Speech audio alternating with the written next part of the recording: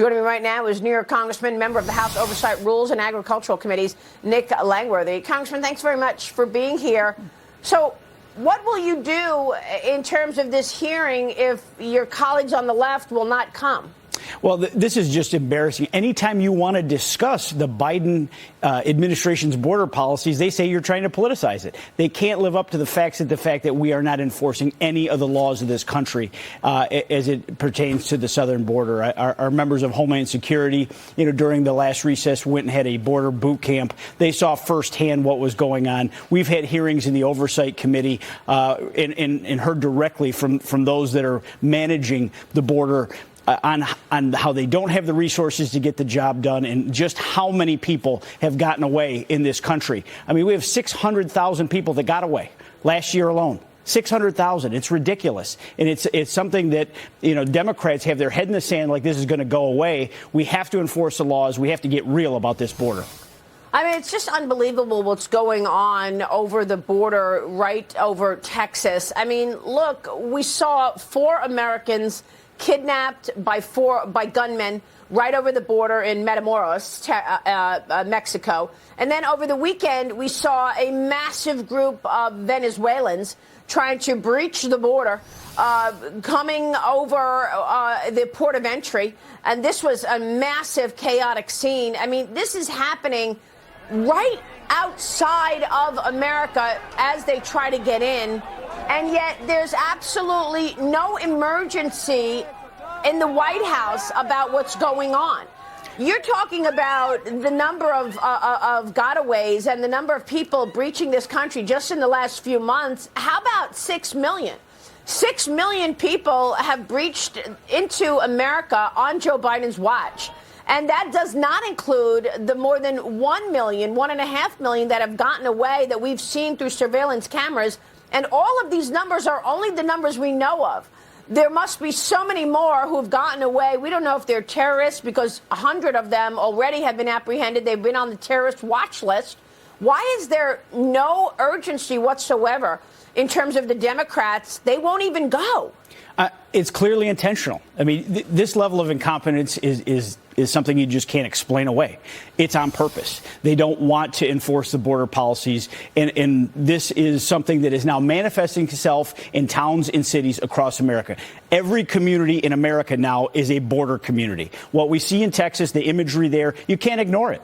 Joe Biden can't ignore it at the White House. They can't ignore it in the Speaker of the House office or in Chuck Schumer's office. You watch 1,000 people rushing the border. This is real. This is playing out in real life. But what we see here in New York City with a constant flow of migrants here, every city in America is dealing with the same exact problem.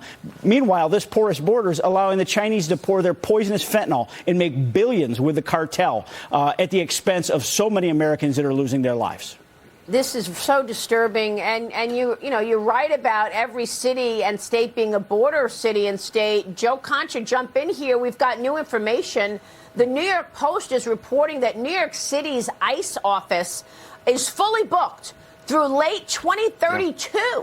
Migrants will have to wait almost a decade to enter the immigration court process. In the meantime, they're living it up in America. More than 50,000 migrants arrived in New York City just since last spring. 30,000 migrants are in city shelters. Joe?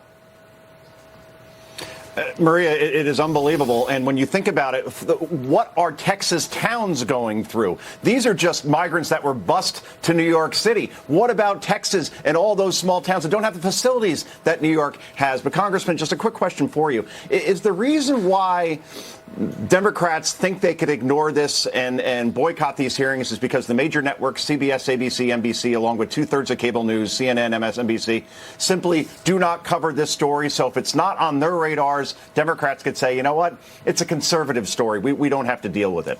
There is absolutely an information blackout in this country. There are people that want to choose to ignore this. This is an intentional act. We are not enforcing the laws that are on the books. And now this is getting contagious towards our northern border. We've seen an 800% increase in encounters at the northern border. And that's why last week we founded a Northern Border Security Caucus with some of my colleagues. I joined them. I represent a border community. This is something that we have to get serious about because we have the largest really unsecure border in the world with the U.S. and Canada. As we see the traffic at the southern border, there's nothing to make us believe that profit-seeking cartels or the Chinese fentanyl peddlers won't use the northern border for the same purpose.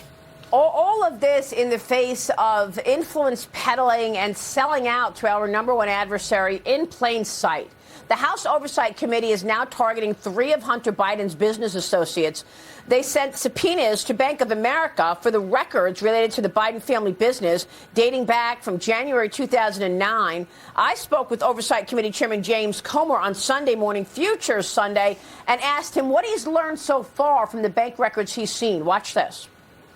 Since we've last spoken, we actually have bank records in hand. In the last 2 weeks, we've met with either these individuals personally or with their attorneys. And that would be 4 individuals who had ties in with the Biden family on their various schemes around the world. So now we have in hand documents that show just exactly how the Biden family was getting money from the Chinese Communist Party. And I will tell you, it's as bad as we thought. Congressman, this is also extraordinary, and of course you won't see this on the mainstream media. There's actual evidence of the Biden family accepting millions of dollars from the CCP. This is incredibly troubling. I serve on the House Oversight Committee under the leadership of our great chairman, James Comer, and he is putting together the case here as we see the subpoenaed documents from Bank of America. I'm looking forward to reviewing those. There is a troubling path here of the CCP's giving money to the Biden family for people that have no real skill set in why they would be receiving these sums of money. This is greatly troubling, and the American people deserve the facts as to what's going on with the Bidens. Yeah, they still have not explained to us what specifically they were doing to accept that money. What were they paying for other than influence and time with Joe Biden, a sitting vice president? Congressman, thank you. Thank you so much, Nick Langworthy, we'll keep a spotlight on it.